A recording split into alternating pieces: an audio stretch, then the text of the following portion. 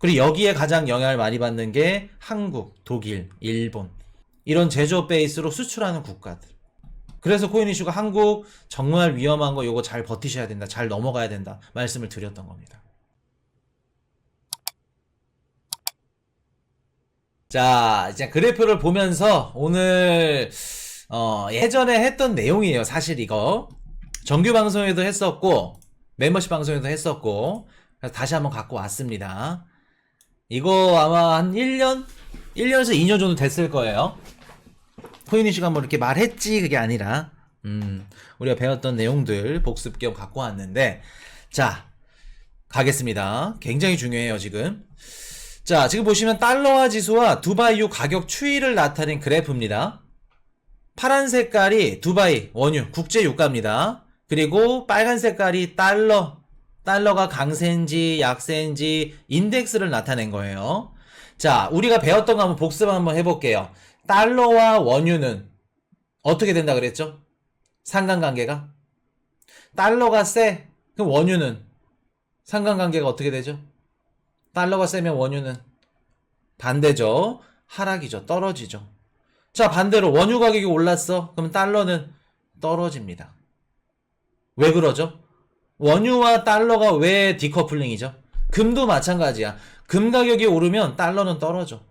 반대로 달러가 오르면 금이랑 원유는 떨어져. 왜 반대일까? 왜 반대인지도 설명하실 수 있어야지. 금맥님 달러로 사야 되니까. 단순히 생각하면은 보세요. 우리가 석유를 원유를 살 때 뭘로 사죠? 오일 달러로 교환합니다. 그럼 당연히 내 상품을 사는 화폐 가치가 당연히 높으면 달러 가치는 상품 가치는 떨어지고 이게 만약에 달러 가치가 떨어지면 상품 가치가 올라가고 여기서 이해 안 되면은 내가 사우디라고 입장을 가정해 볼게요. 사우디인데 원유를 만들어서 팔고 싶어. 근데 달러로 팝니다. 교환 화폐는 달러예요. 근데 지금 달러가 강세야. 자 그러면은 사우디한테 원유를 사는 한국이나 일본은 달러가 강세니까 어떻게 해요? 기존에 뭐 100톤 살 거 80톤밖에 안 사. 적게밖에 안 사. 그럼 사우디 입장에서는 많이 팔고 싶어. 그럼 어떻게 해야 돼요? 원유 가격을 달러가 강세니까 살짝 낮춰줘야겠죠. 그러면 한국이 달러가 비싸지만 원유 가격이 낮추니까 100톤 살게요. 자 반대로 가볼게요. 달러가 약해.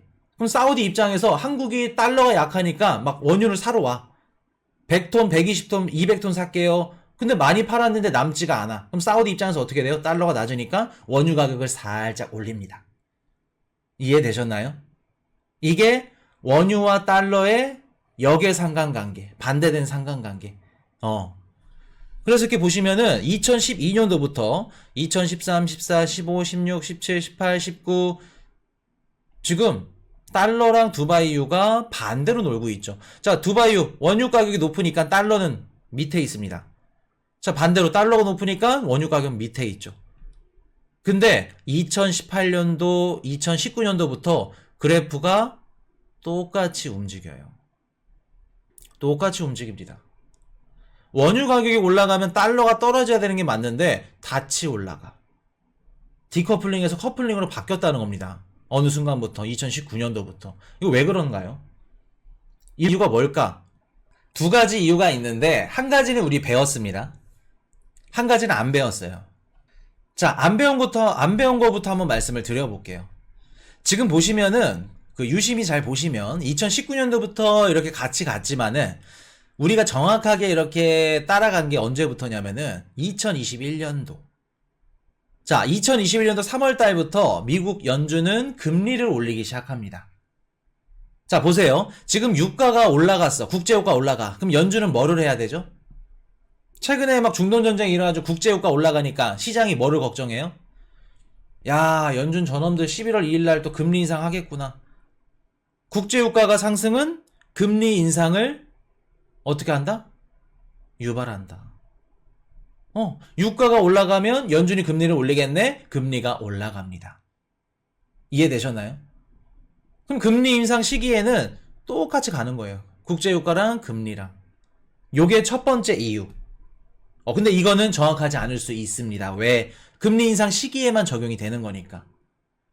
두 번째, 우리 코인 이슈랑 같이 1년 전, 2년 전에 배웠던 거, 이거 기억나시면 1번 한번 올려주세요. 자, 코인 이슈가 달러와 유가는 서로 반대된다고 말씀드렸어. 근데 이게 디커플링이 깨질 때가 있다고 말씀을 드렸었어. 왜 그러죠?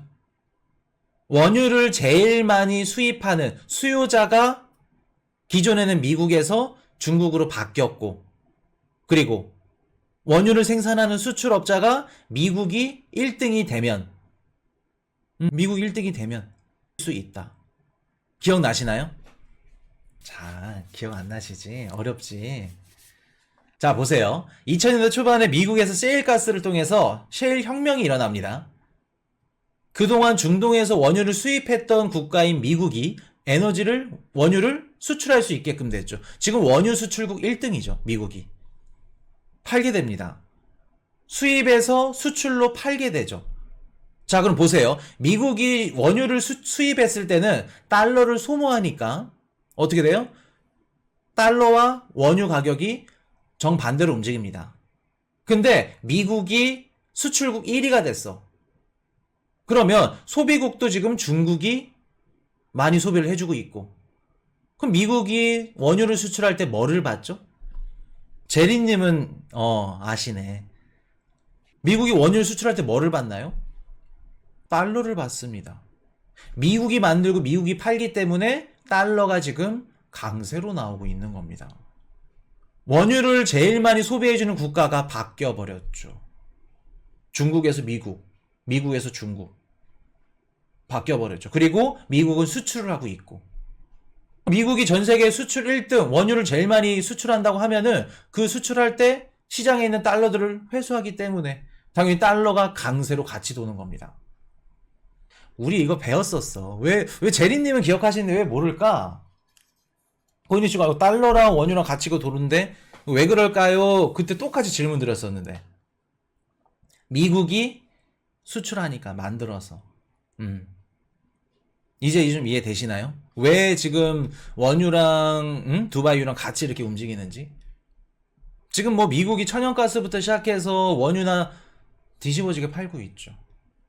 달러 강세로 나오는 겁니다. 중국도 달러로 받는 거 아닌가요? 달러로 받죠. 최근에 뭐 위안화로 이렇게 묶는다고는 하는데 달러로 받죠. 중국이 달러로 받으면 어떻게 돼요? 중국도 달러로 받는 거 아닌가요? 중국이 달러를 주고 사야겠죠. 중동한테. 미국 입장에서 수출을 하니까 달러를 받고 수출을 하죠. 그렇게 되니까 어떻게 된다? 유가와 달러화가 같이 간다. 자, 그럼 이게 왜 중요한지 한번 말씀을 드려볼게요. 달러로 사든 뭐를 사든 우리가 원자재 통화라는 걸 이제 배우게 될 건데, 지금 호주나 사우디, 뭐 러시아, 노르웨이, 캐나다, 뉴질랜드 이런 원자재 부국들, 원자재를 많이 갖고 있는 국가들은 보통 원자재의 가격에 따라서 경제 성장률이라던가 환율이 움직입니다. 쉽게 말해서 사우디의 경제 성장률이라던가 환율이 어디에 패깅이 되어 있죠? 물론 달러에 패깅이 되어 있지만 국제유가, 원유 가격에 패깅이 되어 있습니다. 그럴 정도로 GDP의 몇십 프로 이상, 절반 이상을 차지하는 게 원유 수출이다, 천연가스 수출이다. 그러면 원유나 천연가스 가격에 민감할 수밖에 없어. 그래서 그런 국가들이 전쟁이 일어날 수밖에 없고, 전쟁이 일어나서 어떻게 해요? 명분이 있어야지. 잠가야지. 가스도 잠그고. 그래서 그런 국가들을 원자재 통화라고 하는데, 미국은 원자재 통화가 아니었습니다. 지금까지 여태껏. 금융시장으로 어떻게 해요? 종속 국가를 만드는.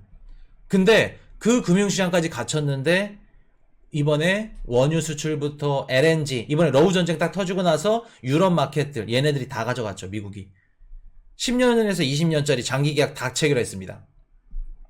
앞으로 천연가스나 원유 수출은 미국이 다 가져가는 거예요. 그럼 미국이 원자재 통화까지 지금 달러가 원자재 통화 역할까지 하고 있는 겁니다. 자, 그럼 이게 얼마나 위험한 건지 한번 말씀을 드려볼게요. 사우디, 호주, 뉴질랜드, 캐나다 이런 애들이 원자재 통화? 알겠어. 어차피 기축통화가 아니기 때문에 지네들이 왔다 갔다 좋았다 나빴다 알겠어. 의미 없어. 근데 미국이 원자재 통화가 된다? 이거 정말 골 때립니다. 자, 보세요. 한국이 원유를 수입하고 싶어. 근데 미국한테 사야 돼. 지금 이제 중동한테 거의 이제 그 대다수의 이제 원유를 중동한테 사는데 미국한테 사고 싶어. 미국한테 사려고 갔더니 예전에는 이게 음해상관관계야. 반대야. 원유 가격이 높았을 땐 달러가 조금 하락해가지고 약세여서 살만해. 괜찮아. 근데 지금은 달러가 어떻게 되죠? 원자재 통화가 돼 있죠. 유가랑 달러랑 같이 움직여. 그럼 기름 한 방울 안 나는 한국에서는 어떻게 돼요? 에너지도 비싸게, 달러도 비싸게.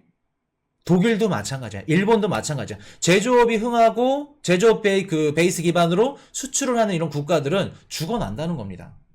자, 한번 대입 한번 해볼까요? 내가 에너지를 샀어. 에너지 수입량이 증가하네. 한국에 있는 기업들은 어떻게 될까? 생산성이 떨어지겠죠. 매력이 없습니다. 왜? 비싸게 제조하니까. 그럼 해당 기업이 삼성이 흔들려. 안 좋아. 성장률이 떨어져. 매출이 떨어져. 그러면 한국은 어떻게 될까? 한국의 경제 성장률 역시 떨어집니다. 그럼 한국에 해당하는 화폐, 환율은 원화는 어떻게 될까? 원화 환율 떨어지죠. 자, 기업들 매출 감소, 신흥국 성장률 저하. 그리고 그 신흥국들이 에너지 수입량이 증가하면 증가할수록 예전에는 달러가 싸서 괜찮았는데 달러를 더 2배, 3배 비싸게 주고 사와. 외환 보유고에 있는 외환이 부족하게 되겠죠. 그럼 그런 신흥국들은 우리 외환 보유고랑 외환 없어요. 외환 금융 위기가 발발되는 겁니다. 미국 달러가 원자재 통화가 되는 게 얼마나 무서운 건지. 그리고 여기에 가장 영향을 많이 받는 게 한국, 독일, 일본 이런 제조업 베이스로 수출하는 국가들. 그래서 코인 이슈가 한국 정말 위험한 거 요거 잘 버티셔야 된다. 잘 넘어가야 된다. 말씀을 드렸던 겁니다. 그러면 이게 어떤 거를 또 야기시키냐면은 이런 식으로 가다 보면은 중동에 있는 국가들이 됐던 아니면 유럽에 있는 국가들이 됐던 아시아 국가들이 됐던 무조건 무너질 수밖에 없는 국가가 생겨요. 우리 작년에 스리랑카 디폴트 난 것처럼 똑같이 나온다는 겁니다. 국가들이 무너지면 어떻게 되죠? 달러는 어떻게 돌까? 아직 달러가 안정화되지 않았다는, 언제든지 돌아설 수 있다는 겁니다. 이래서 이게 무섭다는 거예요. 이해되셨죠? 그렇기 때문에 앞으로 우리가 달러가 어떻고 원유를 누굴로 사고 이게 무슨 상관관계가 있고, 지금 현재 이런 상황이 벌어지고 있고, 국가들이 왜 외환 보유고가 막 부족해서 소진돼 가지고 그 스리랑카의 그 에너지 장관이 우리 지금 눈앞에 배 한 척이 있는데 못 갖고 온대. 원유가 실려 있는데 돈이 없어. 달러가 없어서. 음식점에 갔는데 그 불로 이렇게 해장국 끓여야 되는데 그게 안 돼. 가스레인지 그게 안 돼. 가스가 안 들어와. 장작불로 막 하고 막 난리 났어.